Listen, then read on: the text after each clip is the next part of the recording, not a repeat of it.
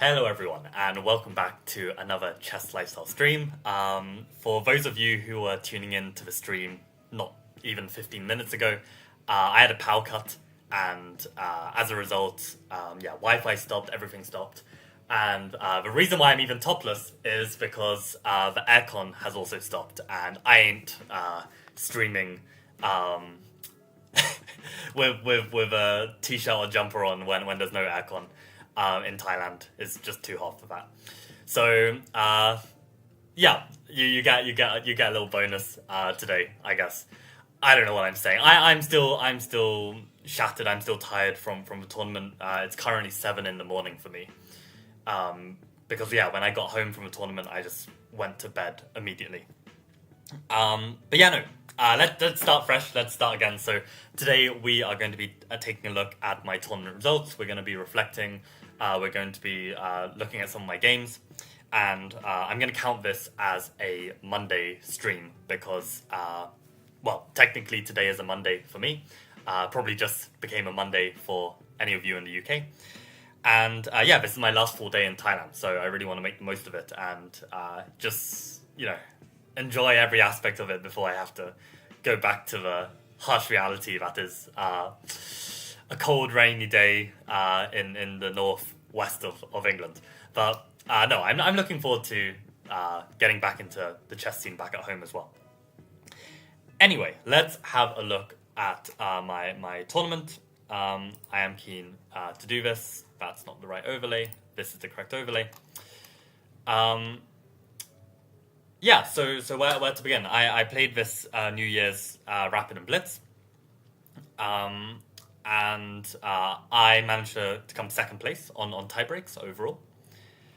And in the starting rank, I was 5th seed, so it doesn't seem so unreasonable for me to come second.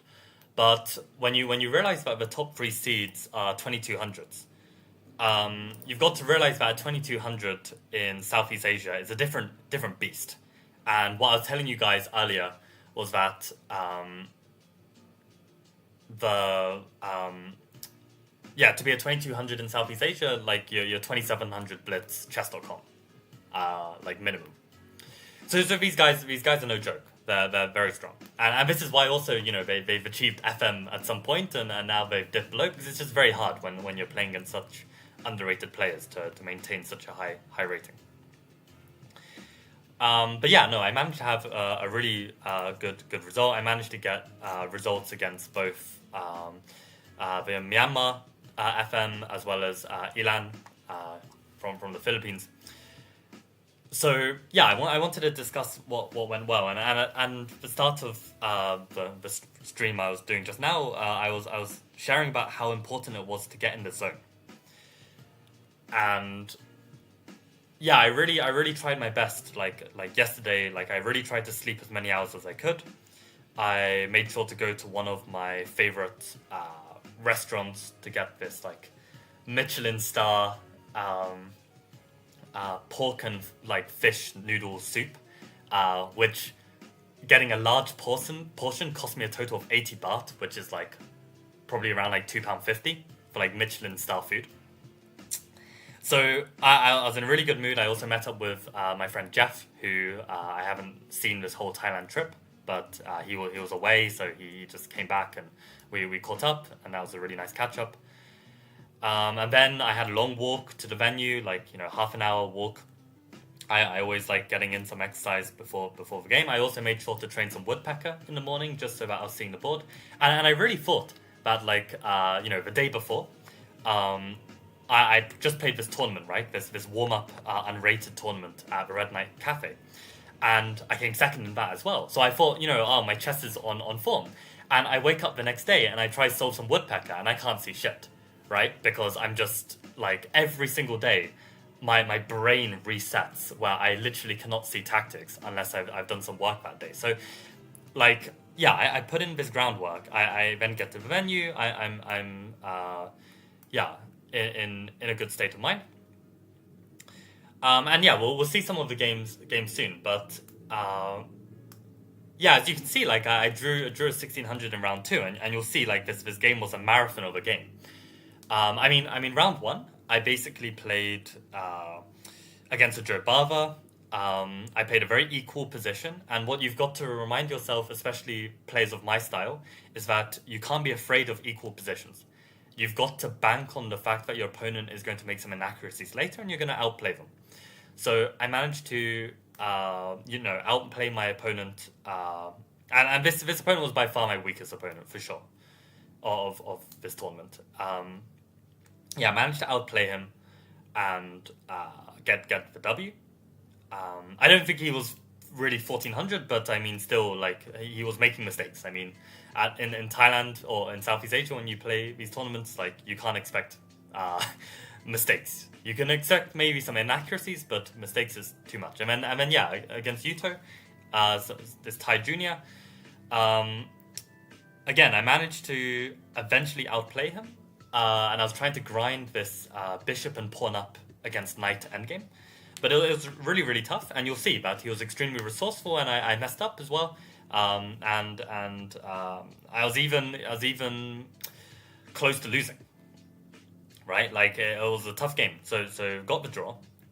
Then round three, I played a visually impaired girl. So that was an interesting experience. But I got my Garganetza modern, and I managed to outplay her, and I managed to win. And then there was a lunch break. And during the lunch break, I opted to go for as light of a meal as possible because I didn't want to have like a heavy, full stomach during the second half of the game. But even so, I felt like my energy levels were off. And against the Myanmar FM, I was really not as in the zone as my previous 3 rounds. Good luck, Vidak. I'm sorry for not replying. I don't know the specific players. I haven't been in Hong Kong for a long time. But yeah, best of luck for your final round today of your tournament. But yeah, so I had the Myanmar FM, and to be honest, he outplayed me in the opening, and I really got a lost position, but I managed to try and create some imbalances that at least give me some hope, and I knew objectively I was lost, but I had some hope, and then I managed to play a move where I was able to get like a rook against 2 pieces and a pawn, but his pawn structure was ruined. So I had rook against 2 pieces and a pawn, like bishop and knight, and it was like close to an endgame. Maybe I had a bishop as well. I can't quite remember. But I managed to fight it back. I really played resourcefully. I managed to then have this final position where I think like he maybe even had 3 minor pieces, and I had like a rook and 2 pawns, but my 2 pawns were connected and passed, and I really fought it back well. So I even had maybe some winning chances at the very end, but I had to be really precise to even draw. And this was a really well played game. And then round 5, I was playing probably the top youth player in Thailand, who's 10 years old, and he's already 1800, and he can solve exercises beyond my realms of capability. Like he's really, really strong, intuitively and tactically. But I've played him like probably like 10 times in these last 2 weeks, and I've kind of sussed out how to beat him. And basically, he is still a 10-year-old, right? So he will rush in certain moments, and I got a very theoretical line of C3 Venom, which only I know. And he basically played a natural move, which turned out to be wrong. And I couldn't quite remember how to exploit it because it's been a while, but I worked it out over the board. And at that point, he didn't really have a chance to fight back. So I managed to just... and I was also very careful because I knew how resourceful he is. And if I even let it slip a tiny bit, he'll completely bounce back. So I really had to contain the game and grind it out. So I managed to win this round 5, and then round 6. It was very interesting that my opponent just needed a draw to win. He didn't need a... I think actually no, a draw would have won him the entire event, because even even like this FM was playing the other FM, and even if one of them won, I think Elan would win on tiebreaks. So I think Elan just needed a draw, but he was playing for the win. He was playing for the win, and I even offered him a draw in the middle game, and he declined it. I should have probably tried to play for the win and not offered any draws, but I wasn't too big of a fan of my position. I didn't feel like I had too many winning chances. And I also have this psychology that, like, yeah, if you offer a draw and they decline it and they push on, you add a bit of extra pressure to them, right? Psychological pressure. And I think this did have some effect. And he outplayed me in the middle game. I got a worse position, a lost position, but he was picking between two good lines, and he chose the wrong one. Like, one of them was winning, and one of them allows for a resource which he missed, which I played. And then it was more of a grind, and basically we had this rook and bishop versus rook and knight endgame where I was a pawn down, but I had the rook and bishop, which is a better tag team. And I managed to even get some winning chances, and the final position was really crazy. I mean, I can quickly try and replicate this. I mean, actually, I've got some footage on my phone. I've got some footage that I was trying to record. Let me quickly get this up.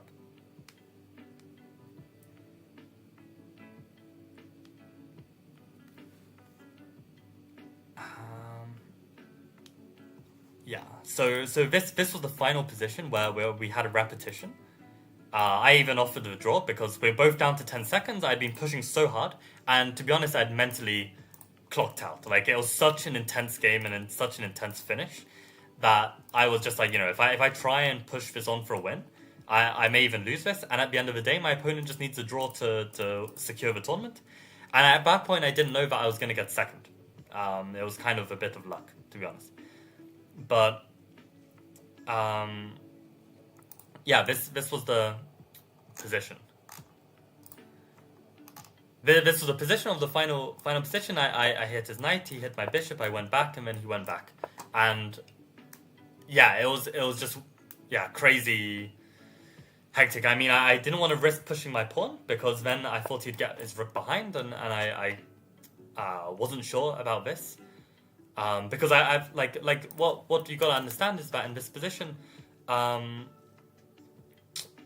if I play this move, white is threatening to start pushing potentially. I'm sorry, actually no. In this position, knight f4, there's this threat of knight h6. Sorry, knight h3, and then they win my bishop, and then these pawns can start rolling again. So I had to avoid this by playing bishop here. And yeah, if my opponent's not careful and gives this check, well then my pawns start rolling. So I think the repetition was fair. My friend said this was equal. But yeah, no, this was very, very crazy. But I was very happy with my saves. Basically, like I was lost in both games against Elan and Han, but I managed to save them. So to conclude, what I want to say is that this was the hardest earned 12 points of my life.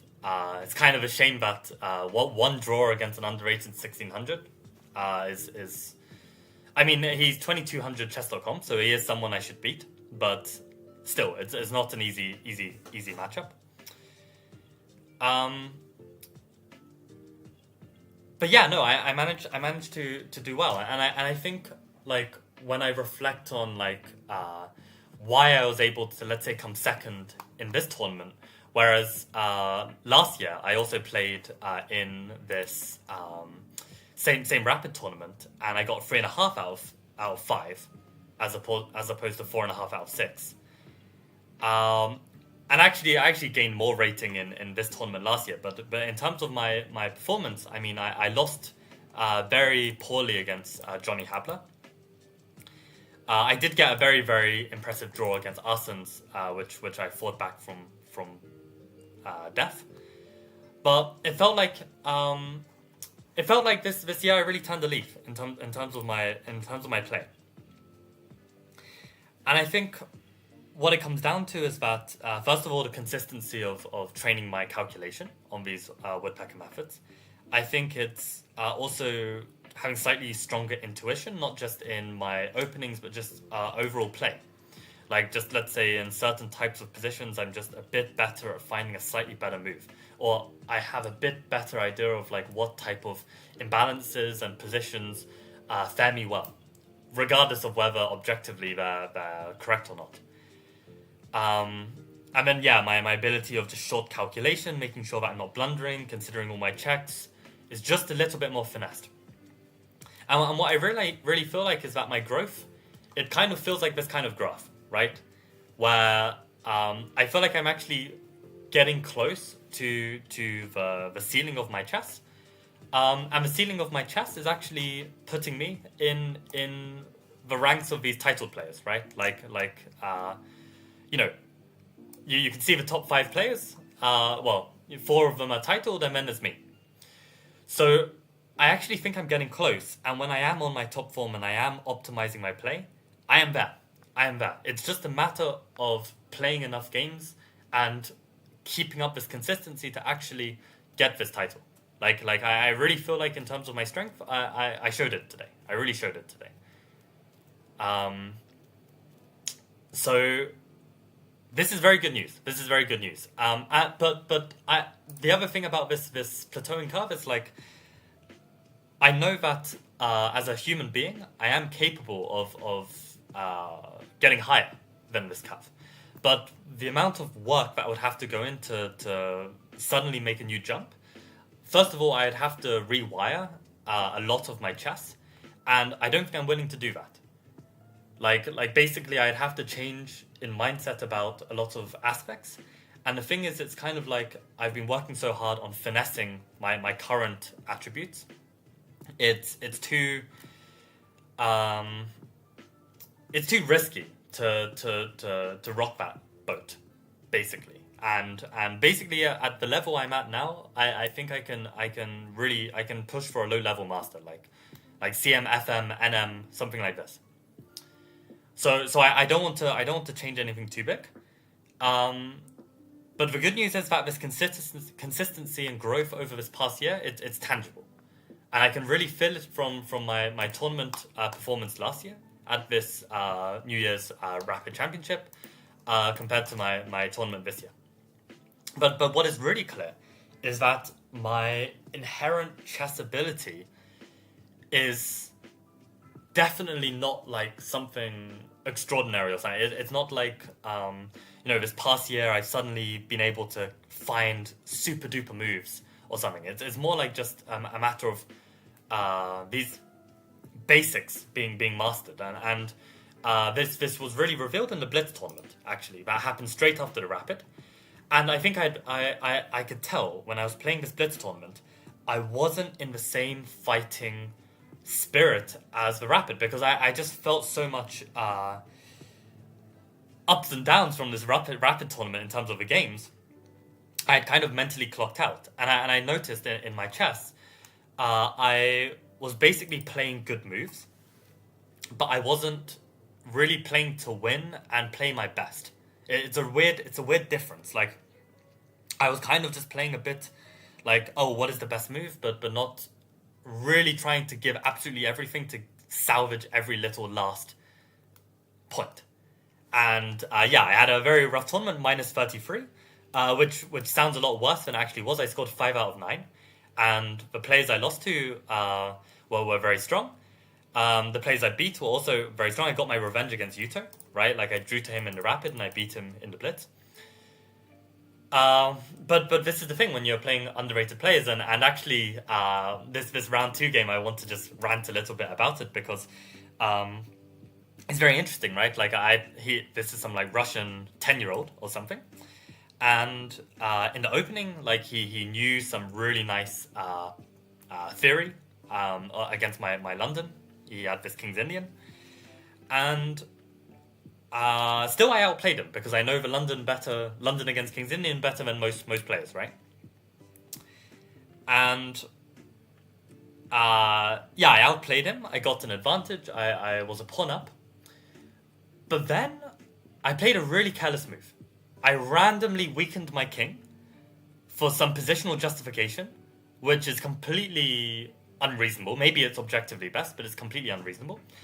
And suddenly, with a slightly weakened king, my game is in trouble. Like, suddenly, like, my intuition is off. Suddenly, everything is less secure. And with low time and an unfamiliar position, I collapsed. And the worst part was that I was still fighting. There was still a game. And my opponent pulled off the dirtiest trick. I mean, this is what I'm talking about. Like, these players, like, they're really... they're strong. They're strong. And this trick basically was my opponent played a move and he literally went, oh, like this. He literally pulled off some shit like this. And in that extra second of like time lapse of me like trying to be like, you know, what did he just blunder? I flagged. Right? And he was so happy about this win. And at the end of the day, I had to respect it almost. I mean, like you could count it as a distraction. Maybe I should have. Maybe I could have complained. I don't know if I would have had enough to stand on. It's possible in hindsight, but in the moment, I just thought, okay. To be honest, it was a swindle. It was a swindle, because the move wasn't even a blunder. It was just a sneaky trick. But I shouldn't have even let the position get to that point. Is my point. And the fact is that it's like I feel like my chess overall hasn't improved. I mean, even compared to like 2-3 years ago, it may even be worse in a pure chess sense. But in terms of the positions that I get, I'm much stronger. The problem was in this game, I let the position, not become what a type of position that I'm good at, right? And this is completely careless, and it's a result of fatigue, and it's a result of not being present and not being optimized. And that's because I had mentally checked out. And the rest of this tournament, it was more of the same. Like I really wasn't playing to the same level as I did the Rapid, just because I mentally wasn't there. And actually, in the final round, it really says, because my confidence against Nikolai, it really should be there. I mean, Nikolai, it's this meme in Thailand, because I had a 7-0 record against Nikolai. And he's a good player. He's a strong player. All of my games are close. But I managed to always, get the better of him. And I finally lost. My streak of 7-0 against Nikolai. And the reason why was because I just had lack of confidence in my position, lack of confidence in my play, and that led to him getting the better. I mean, he was having a good tournament, right? I think he was having a good tournament.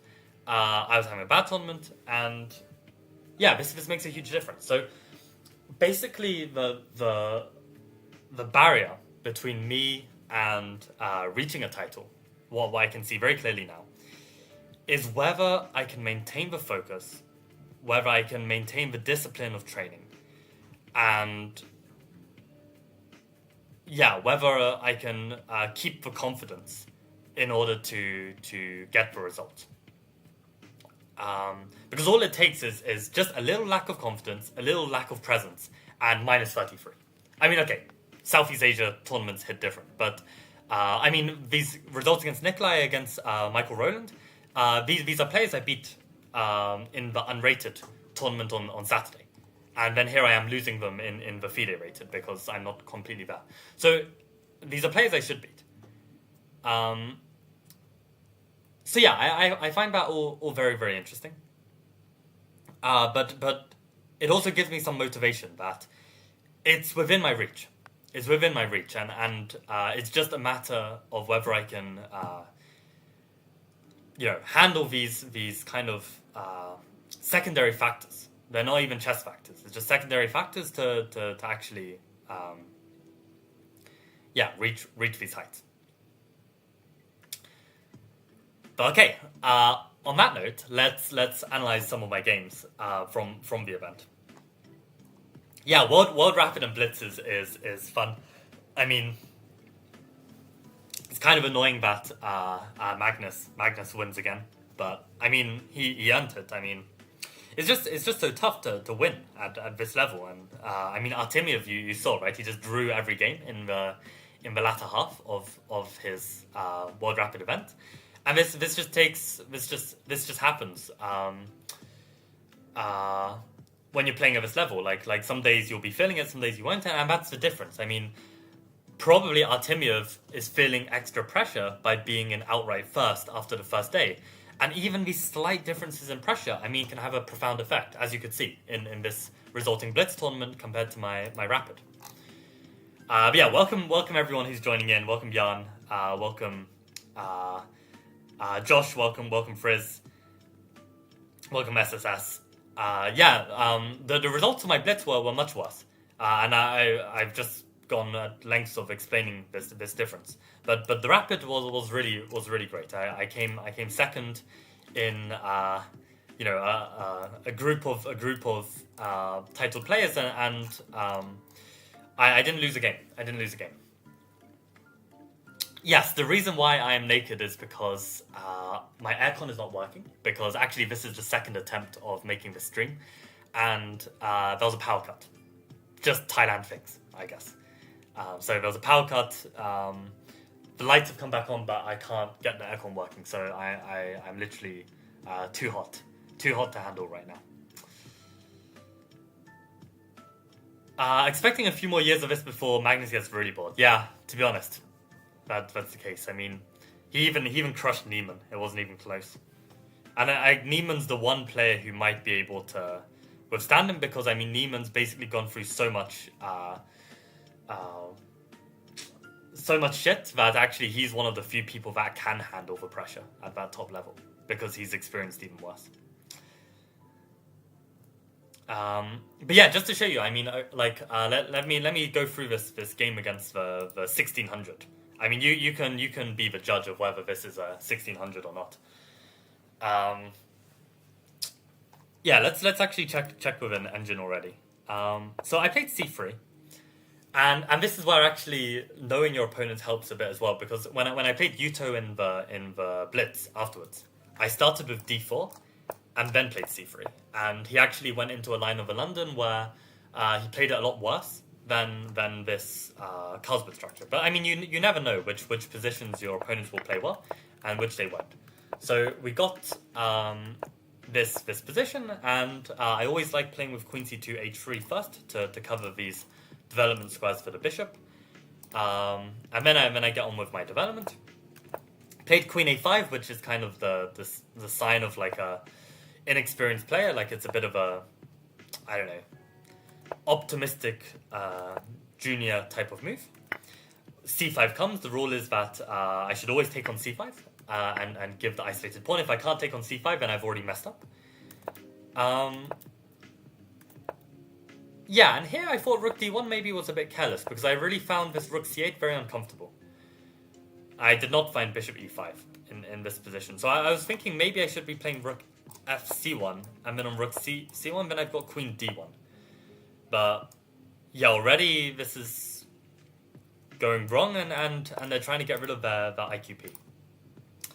So maybe Rook D1 was fine, but Bishop E5 is important here. So what I was worried about was, what if they try and bring their knight in? I've got Knight F4, or maybe not even this knight, but what about this knight to try and like exploit this?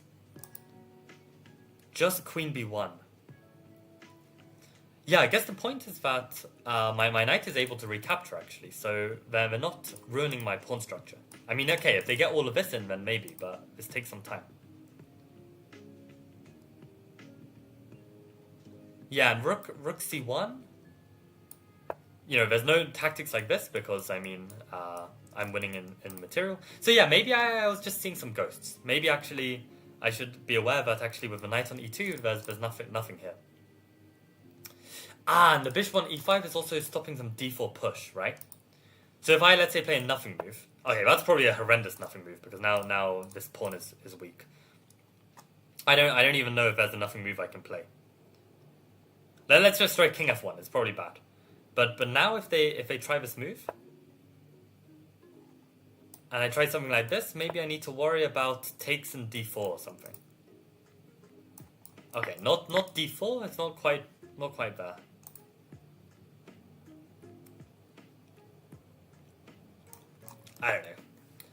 I don't know. But yeah, no. So I messed this up then a little bit.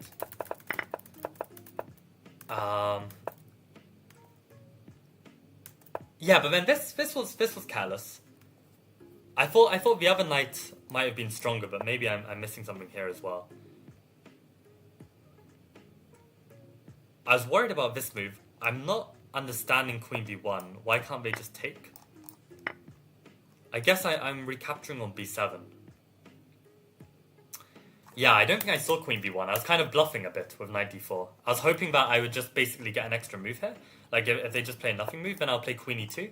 And then I thought if they now do the stuff, then it's not a problem, right? So I was bluffing a bit. Wait, queen b1's good to see.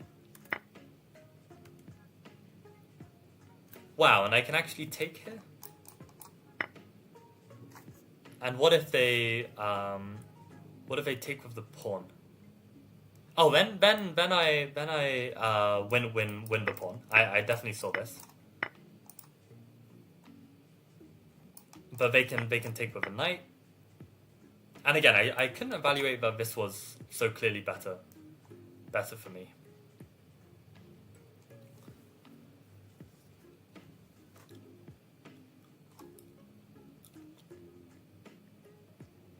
I guess we have just traded a minor piece, and I've still got the structural advantage of the IQ piece, so maybe this doesn't make sense. Yeah, knight f6, and you can see white is like relentlessly trying to trade some more minor pieces. Maybe I can believe this. I mean, this looks a little bit shoddy, but maybe eventually... Okay, let's say something like this happens. Bishop f1, I guess. Bishop e2. Yeah, whichever. Okay, and then taking on e6, and if they don't allow taking on e6... I was wondering if we're developing some way like this already. Bishop f3 makes sense as well.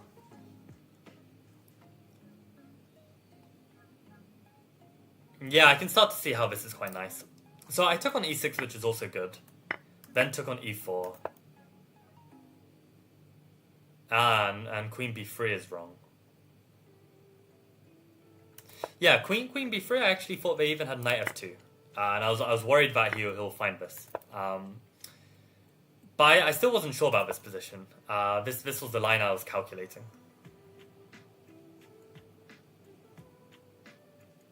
So honestly, who knows? Who knows? I'm glad to see that at least my line was a good try. And knight c5 was actually better. And we get this structure.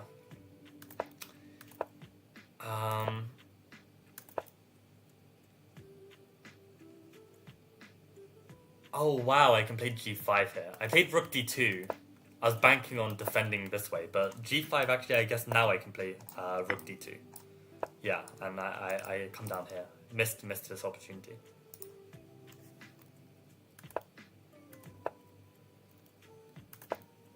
Okay, so g5 was correct here. Yeah, so I felt like I'd and this is the kind of like slow grind improvement that I like. Like I like these positions to grind out. Like I've got the bishop pair, position's open, I've gained some space on the king side, got some weaknesses to kind of play against. Oh, okay, actually, Frizz, that's a very good point. I can always click this button here to make it my opponent's move and check the threats. Or click the letter X. I didn't know that was a shortcut. But it doesn't allow you to play extra moves. That's a good point. Yeah.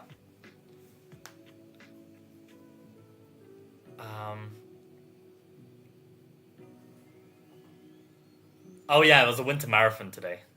Who's Chess Lifestyle? They're a group of my friends who think it's funny to make an account with Chess Lifestyle. So Josh's take is that Neiman will overtake Magnus through sheer determination and motivation. I don't think Neiman will ever surpass Magnus in terms of Magnus's achievements, but sure, I mean, one day Neiman's going to be a better player than Magnus. I mean, you know, eventually Magnus will be like 80 years old, and Neiman's probably going to be better.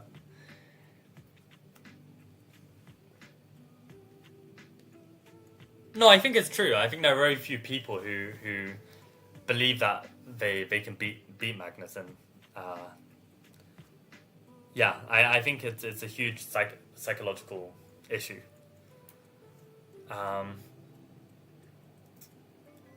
But yeah, so I was trying to grind this position out. Yeah, and I was wondering if e4 was too premature. Like, it's one of those positions where I was wondering if I should build this up a bit further. But I was just worried that maybe my opponent would... It's either I play a move like b3 and I weaken my dark squares on the queen side. I didn't feel like I had time to play like moves like king g2 because I didn't want to allow this knight to establish itself on c4. So I felt like this was a critical moment where my pieces are lined up in a way where I can play e4. And my thoughts were, if my opponent plays knight c4, I was going to sack. And I'm so glad to see that this is actually engine approved. Because this was my idea, to take on e6.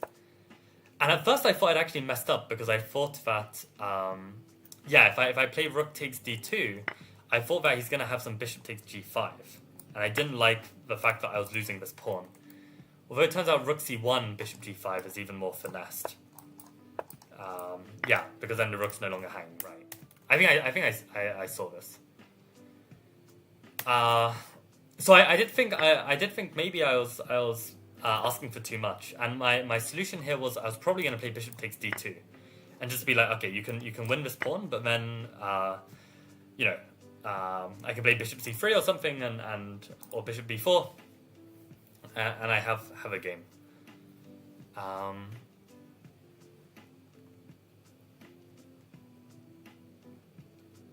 Oh, sorry. Of course, after taking on c8, this is just Of course, take on c8 first, and then bishop b4. This is what I was looking at. But yeah, turns out that in this position, after king g6, I should take on c8, and then take on d2.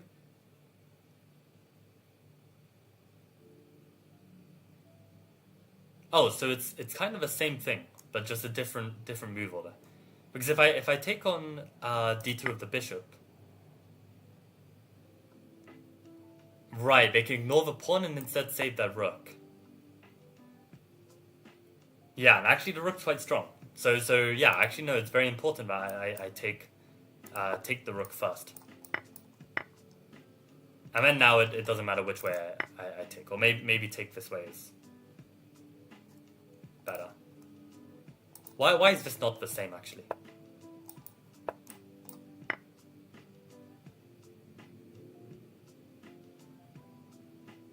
Oh, because they don't have an extra rook, right? They don't save the exchange this way. Okay, I'm tripping. But okay, no, I'm glad to see that knight c4 was not working, and credit to him, he found the best move. And I thought my logic was I'll take and then play rook e1. And then I have this weak e6 pawn. So I think this e4 move is actually really high caliber. I think it's a really nice idea. And yeah, rook d4 is good. I thought like I was almost cooking here, and I thought this is a position I can grind out. And the resulting position, basically that I reach this position for sure. But I was trying to grind this position out. Just bear in mind that there was probably some capture like this that took place on this side of the board. But I definitely know that the following position went something like this. I was really trying hard to grind this, and I didn't want to trade rooks on his terms where his king will get active. So I wanted to get this position where I was really hoping for g6. Then I could go h5 and get this motif. But he played h6. Yeah, so this is what I did. So I actually played this endgame really well then. I played this endgame really well. But I was really low on time. and we got to a position... So maybe actually the difference is that I should just not play for this a4 move. I don't know why I had to play a4 earlier. But we somehow got the same compensation where actually this is different. This is different. That's actually quite incredible that this position is different to this one with knight f4. Wow, so a3 is like some only move. So this position, knight f4, is different to this one in evaluation. Does anyone make any sense of this? Like why this might be a difference? Oh, and again, there's some only moves, like bishop b1. And then b3, wow. The hell is that? And why can't I do the same motif? If knight here, then b3 is good, okay. Actually, that's a really cool motif to know. Because I think during the game, I had this feeling that I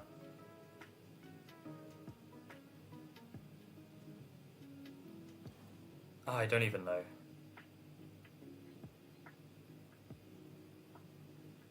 Because why can't I play a move like f3 here?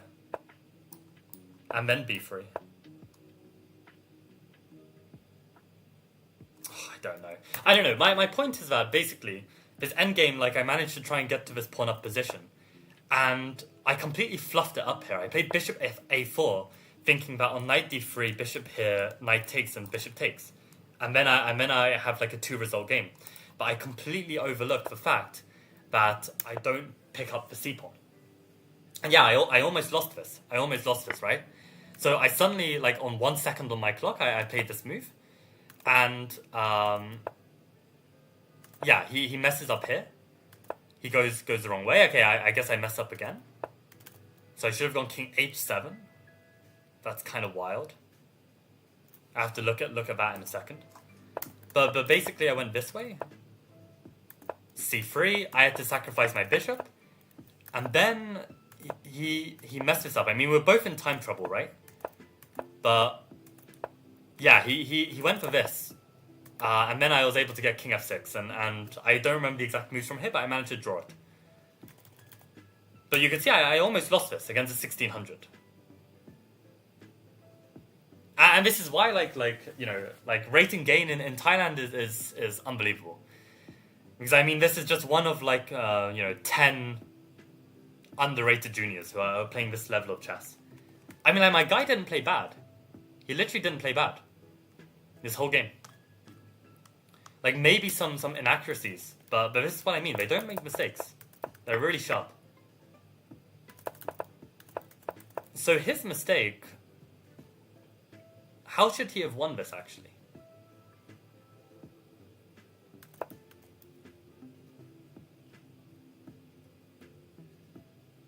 Knight h6. Let's say I just go here.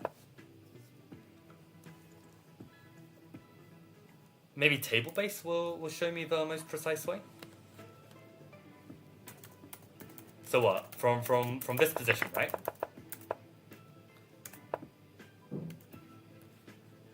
Okay, so knight g7 is an h6, knight f5, h7, knight h4. Wait, was it? Oh yeah, drawn if king g7, yeah. How does this work?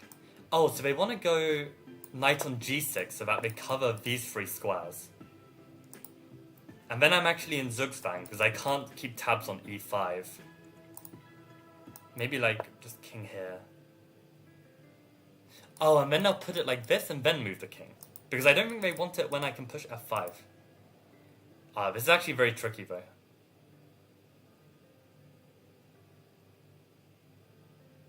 I think knight h8 is key. And if I play like this, then they go knight f7.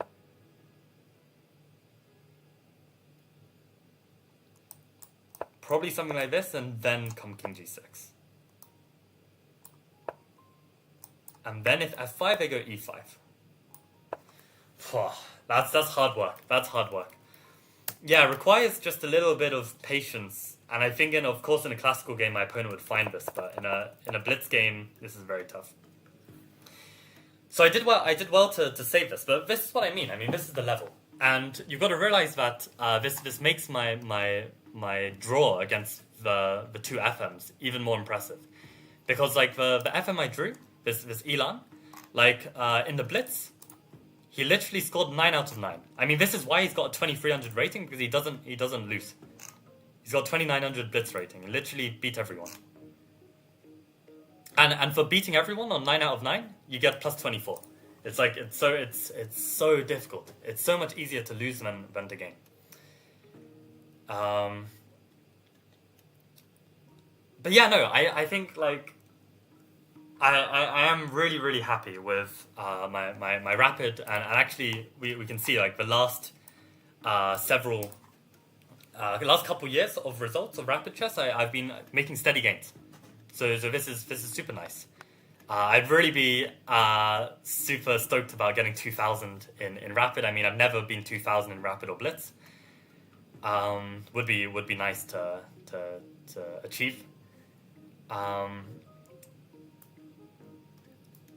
yeah, it's just these are strong players. These are strong players, and I'm really excited actually. Like, if I manage to move to Thailand, like I really feel like I'll become a stronger player, because just playing this level on a regular basis would just be huge for my chess, and I think I could reach a point where I could win all these games. I could become an Elan, like if I can optimize my chess and I can really play at my full strength. Like I really played well this Rapid, and even this game that we just analyzed. I mean, these are small moments where the more I look at these games, the stronger I'll become. So yeah, I don't know. We've seen some good growth. What are people saying about this game?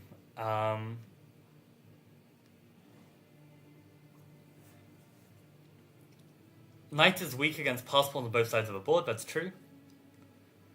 How did I not lose this? I don't know. Just fight hard.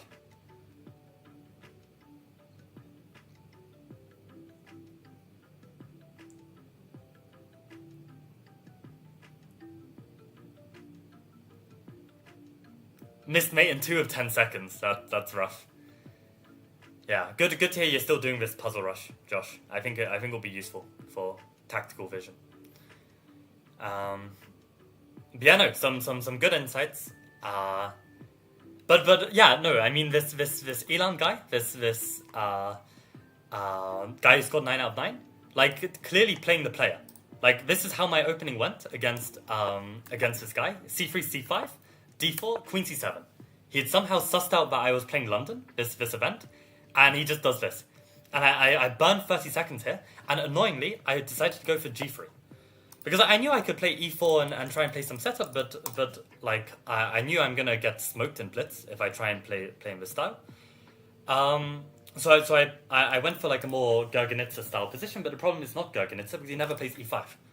So I just didn't get a good position, and the worst part was I played well, and it got to this position where it could reach an endgame where he's a pawn up, but it's still all to play for, and the queens would have to be traded.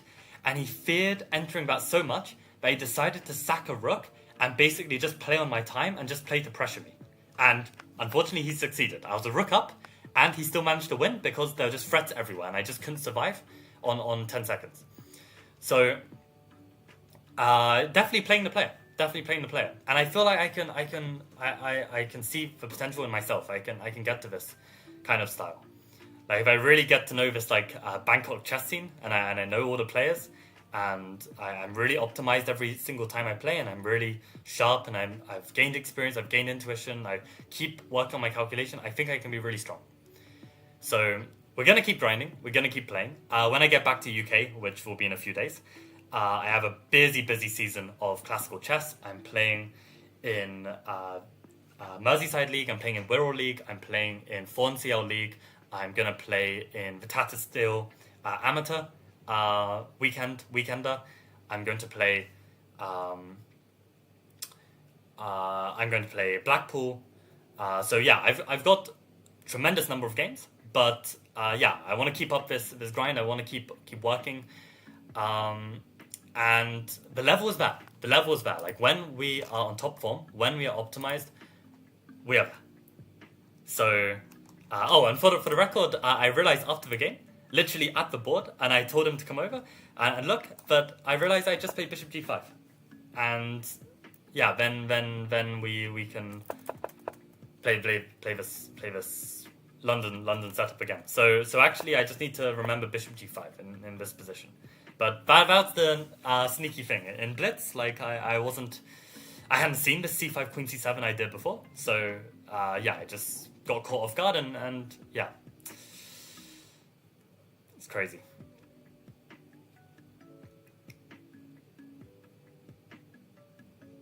Show up to the next event topless. You'd be surprised actually how many like annoying foreigners there are in Southeast Asia who just walk around topless just because it's hot, and it's just like you wouldn't do that in your home country. Just pay some respect. I mean, I'm in my own room, so I can do whatever the hell I want, right? But yeah, no, crazy tournament. Good results. Second place finish, we'll take it. And I'm going to enjoy my final full day of Thailand. So thanks for tuning in, guys. I think I'll delete the previous stream because it kind of messed up.